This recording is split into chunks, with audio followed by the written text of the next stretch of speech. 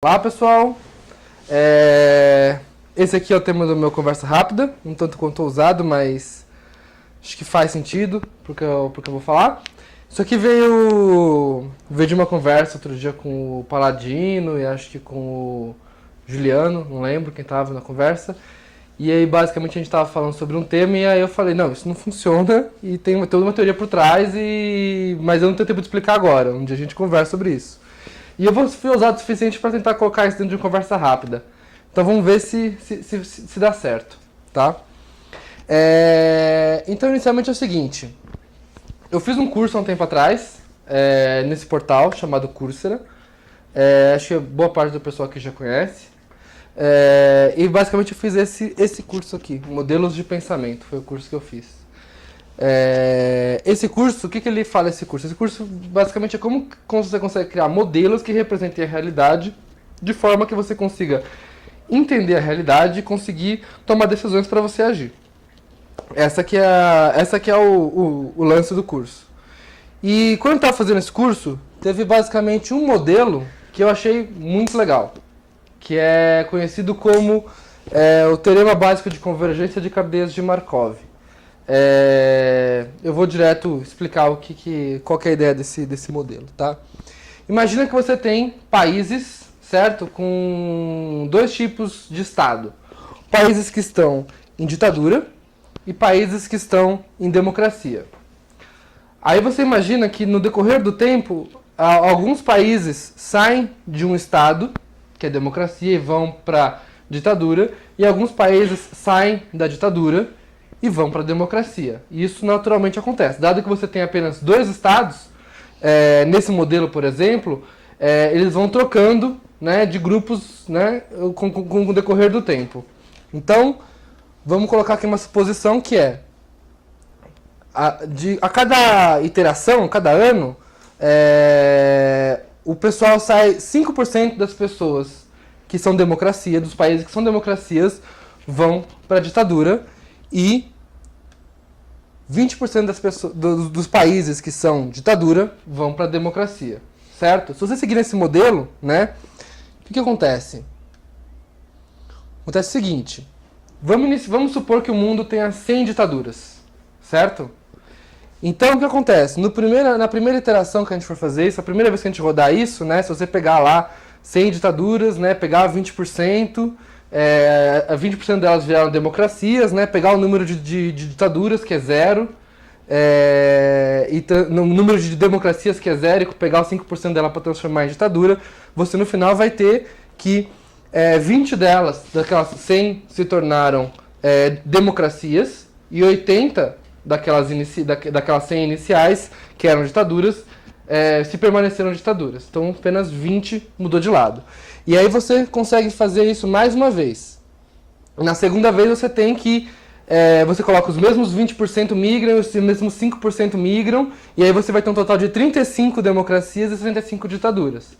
E aí mais uma vez isso acontece, né? Na terceira vez você vai ter o mesmo movimento, os 20% e os 5%, você vai ter 47 democracias e 53 ditaduras.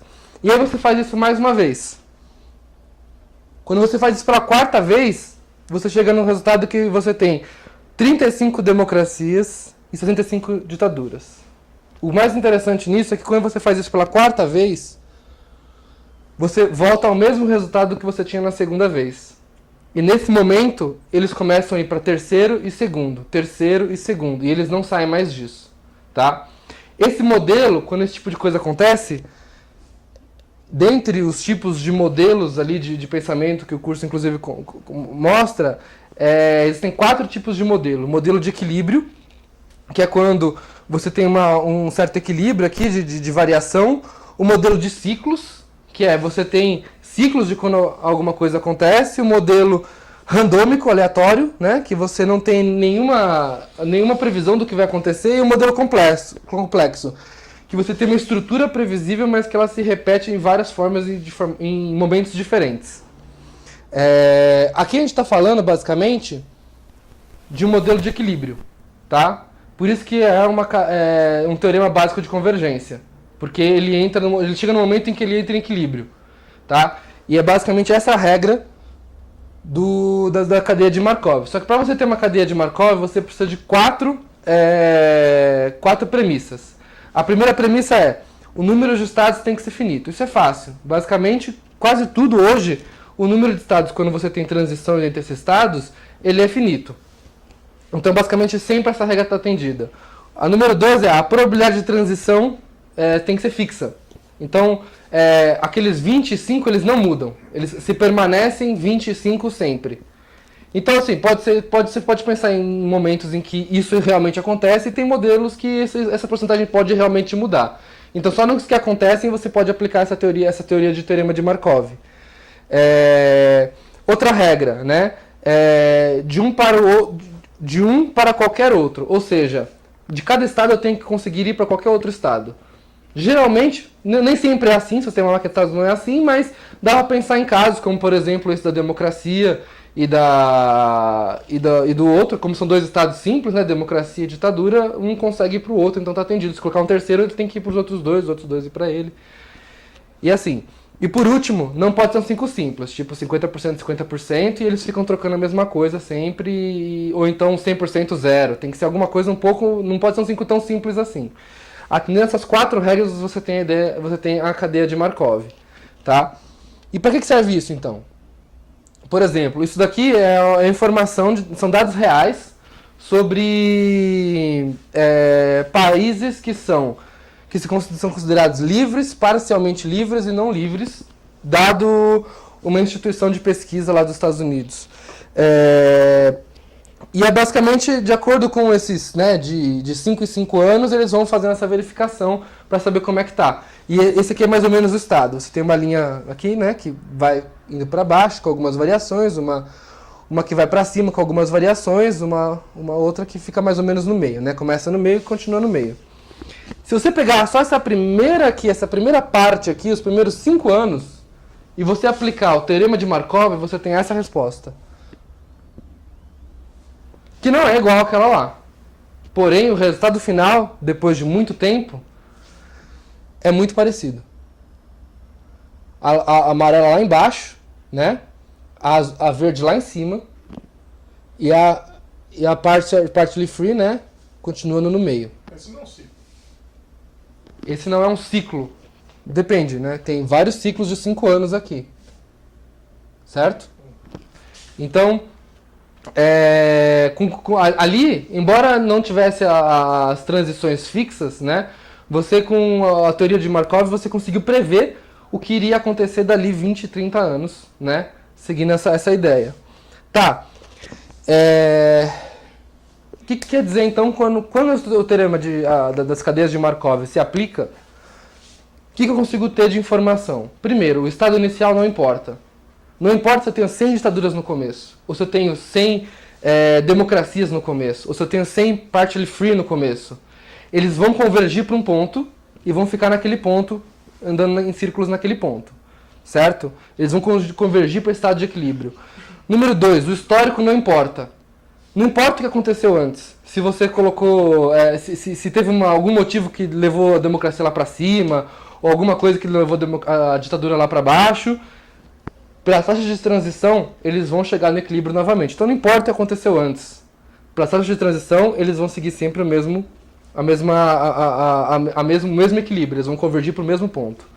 Então, o estado inicial não importa, o histórico não importa, e intervenção para mudar os estados não importam. Então, por exemplo, eu tenho 50 ditaduras e 50 democracias. Aí eu vou, de alguma forma, baixo um decreto mundial pela ONU que eu falo, agora todo mundo tem que ser ditadura. E elimina aquelas 50 democracias e torna elas democracias. Se elas tiverem a liberdade se eu conseguir fazer a mudança, né, e continuar a manter a taxa de proporção, elas vão continuar no mesmo estado de equilíbrio. Ou seja, não importa que eu fiz uma intervenção e movei tudo para um grupo só. Eles vão, no final, ter a mesma distribuição que eu tinha no começo. Ou que eu iria ter se aquilo não houvesse aquela intervenção. Então, intervenções não funcionam, estado inicial não funciona, histórico não importa. Nada disso. Quando você está falando de sistemas que são cadeias de Markov, nada disso importa. Tá. Legal, mas... E daí? O que isso tem a ver com as políticas públicas? Né? Vou dar um exemplo. Trânsito em São Paulo.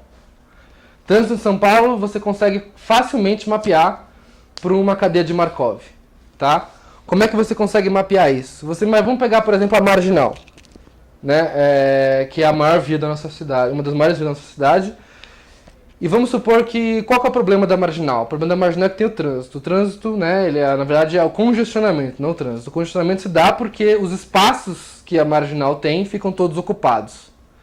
Então, basicamente, o que faria com que a Marginal não tivesse congestionamento é que se os espaços estivessem livres, os espaços da Marginal estivessem livres, a gente não teria mais trânsito.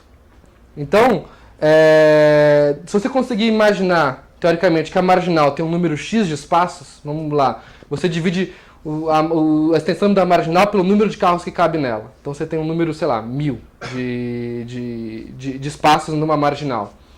E aí você... o que você faz né? Quando chega uma hora de rush, aquele espaço pode estar... Você tem um número 1000 de espaços que eles estão, por exemplo, ninguém saiu de casa ainda. Estão todos livres, 100% livre. E aí quando chega naquele horário, você começa as taxas de transição e o índice eles saem de livre e com, sei lá, 80% de chance, eles ficam, né, se tornam ocupados. Enquanto os ocupados, com 5% de chance, ficam livres, tá? E aí o que acontece? Você acaba tendo muitos estados que são ocupados e aí você tem o congestionamento. O que acontece quando você cria uma política pública, por exemplo, em que você aumenta a Marginal? Quando você aumenta a Marginal, você está aumentando o número de livre. Você está aumentando esse grupo. Quando você faz uma intervenção a ponto de aumentar o número de estados, ou o número de quantidade de itens dentro de um estado, segundo o teorema de Markov, isso não adianta. Por quê? Porque ele vai convergir, em algum momento ele vai convergir e vai conseguir atingir aquele mesmo estado de equilíbrio que tinha antes, que é o congestionamento, no caso, que é o que acontece todos os dias, é o estágio de equilíbrio desse sistema. O que você precisaria fazer, então? Dado que, assim, pela matemática simples, não funciona você fazer intervenções em estados. O que você precisa fazer é quebrar o sistema de Markov, fazer com que ele não entre em equilíbrio. Então, para você conseguir influenciar isso daqui e fazer com que ele saia de equilíbrio, o que você tem que fazer? Você tem que mexer nas taxas de transição. Porque das premissas de um sistema, de uma cadeia de Markov, é a única que você consegue influenciar. É mexer nas taxas de transição. Então, em vez de você criar políticas públicas que consigam, que insiram mais unidades dentro do Estado livre, o que você precisa fazer é influenciar as pessoas para que elas deixem os espaços livres e não ocupem eles.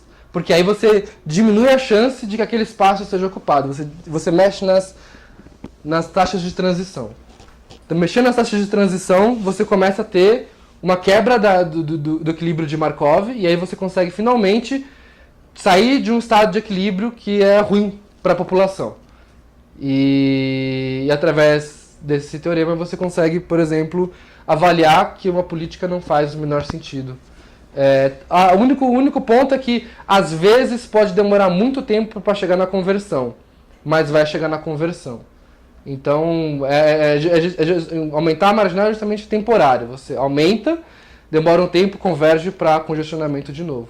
Isso se essa política pública não estiver aumentando a taxa de conversão que você não quer aumentar, que é aumentando a chance dos livros ficarem ocupados, porque as pessoas podem pensar, eu